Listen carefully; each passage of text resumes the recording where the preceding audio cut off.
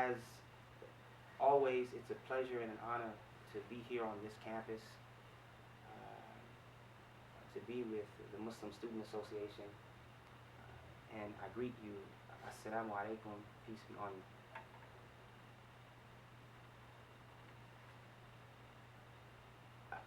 I don't want to take much of your time today. I just wanted to share some thoughts with you about something that has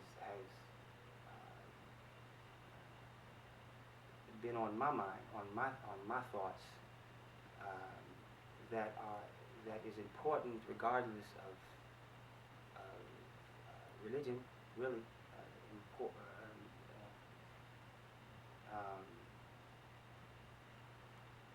All people are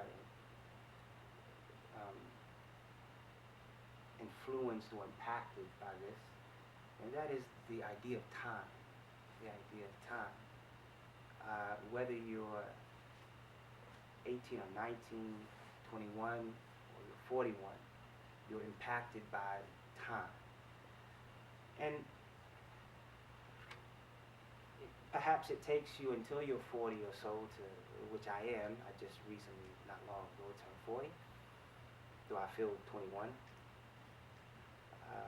most days.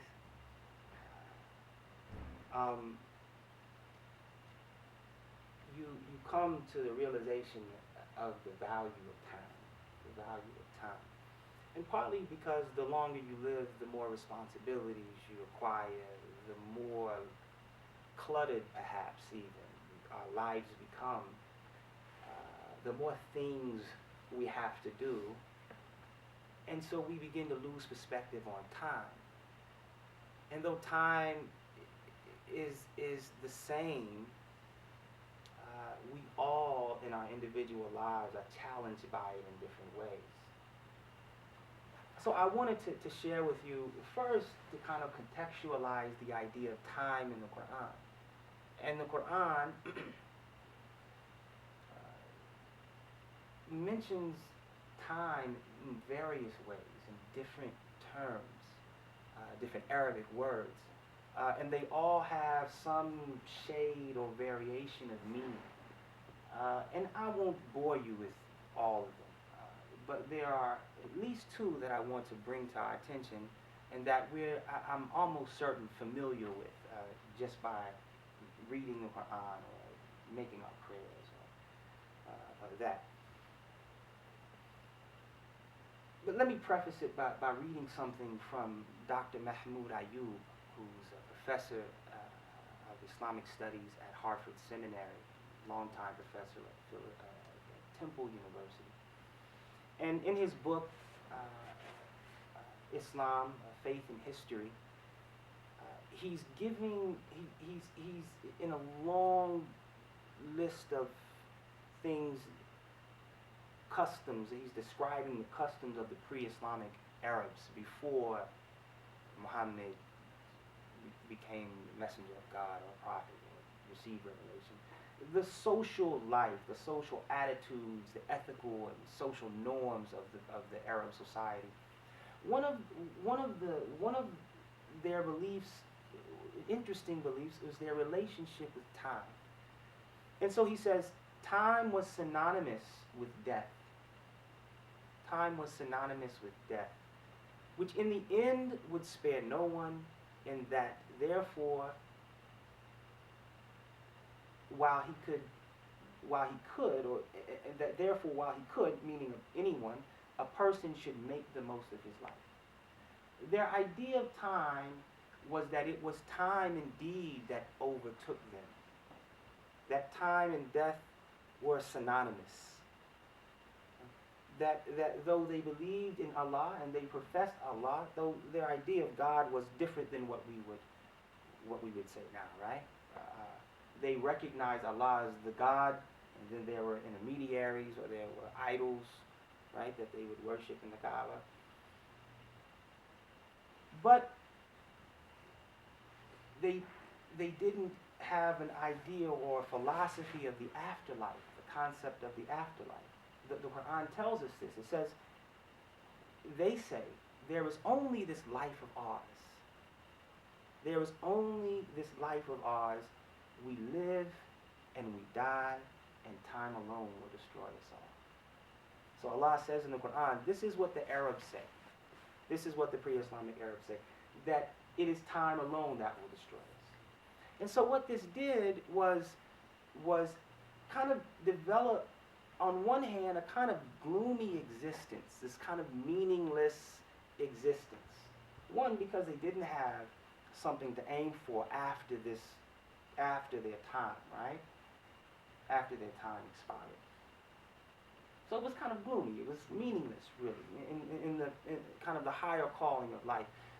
But at the same time, they said, if I only have this amount of time, I'm going to live it to the fullest.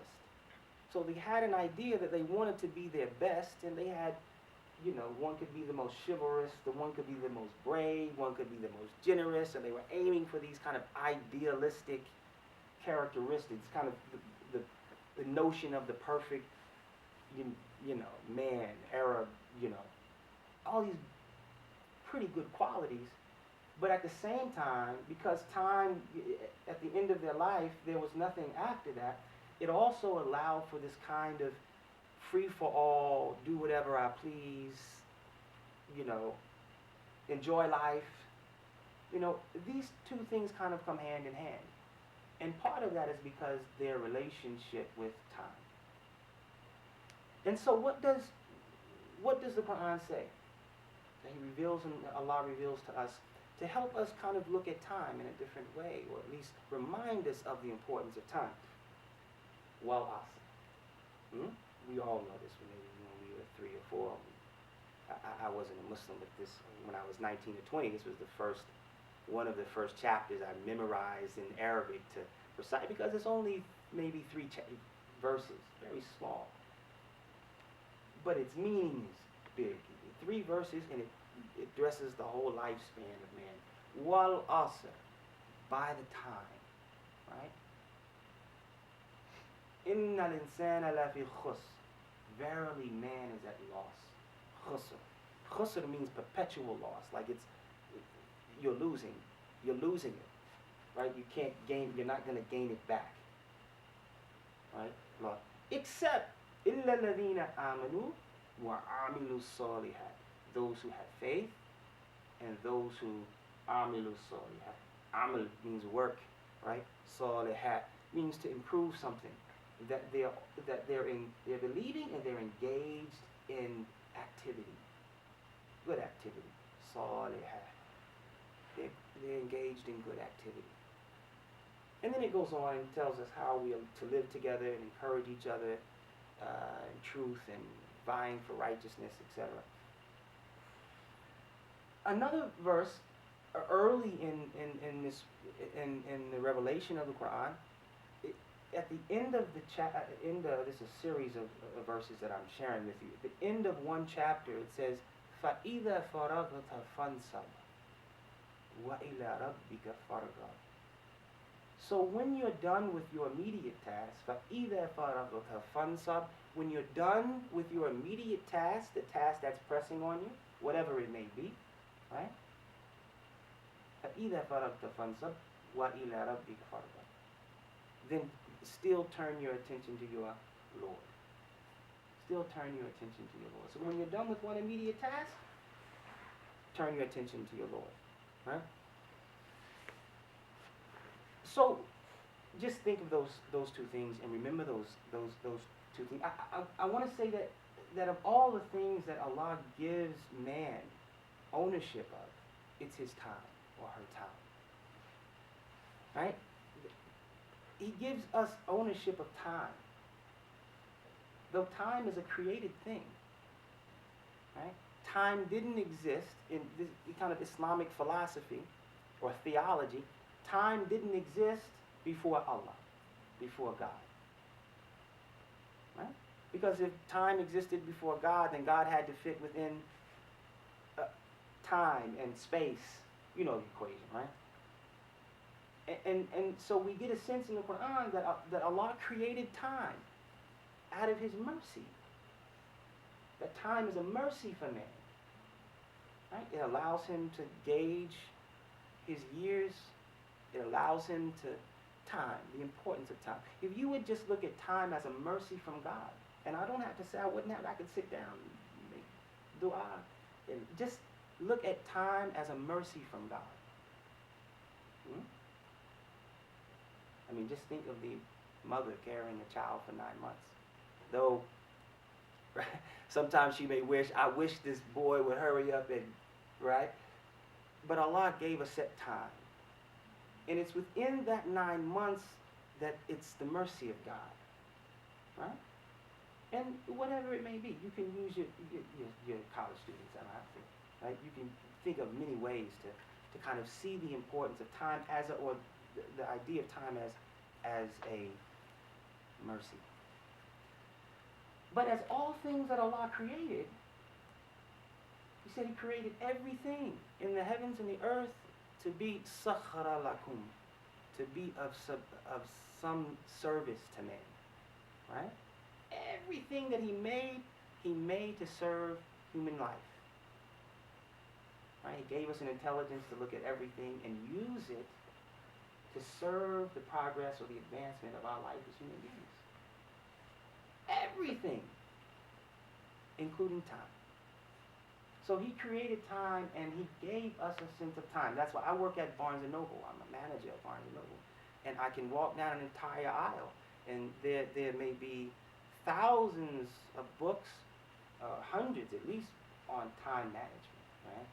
We all at one point, perhaps they even offer that class on campus, freshman orientation or something, right? How to manage your time. Man has always struggled to manage his time. So I'm saying these things, and we'll mention things just to impress upon you. Not that you haven't heard them before, but to just remind us to be a bit more mindful of time.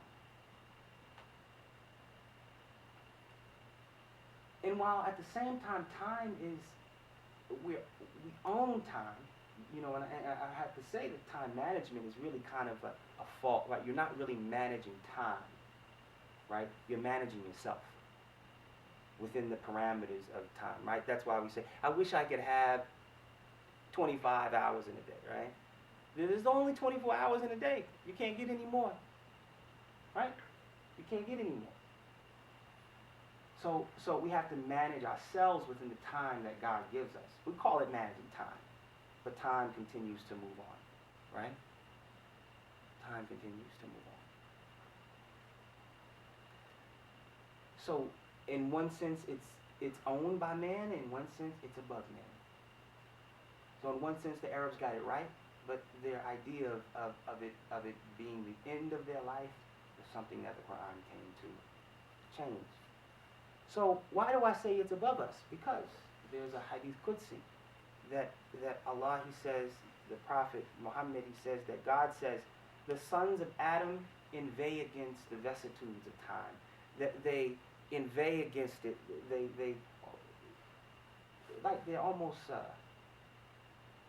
resisting it or battling it or maybe even wasting it. There are many ways to kind of look at that. The sons of Adam inveigh against time.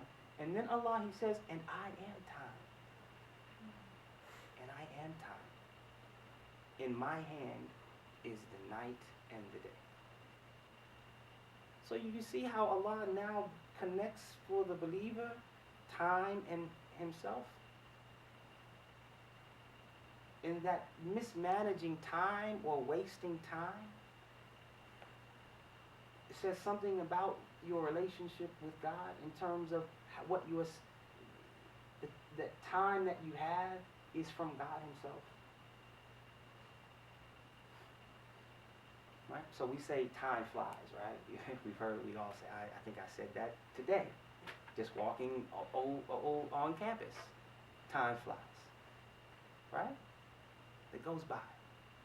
We're already halfway through the semester. It seems like we just started. We just came back from break. We're all gearing up and getting ready, and next thing you know, it's March.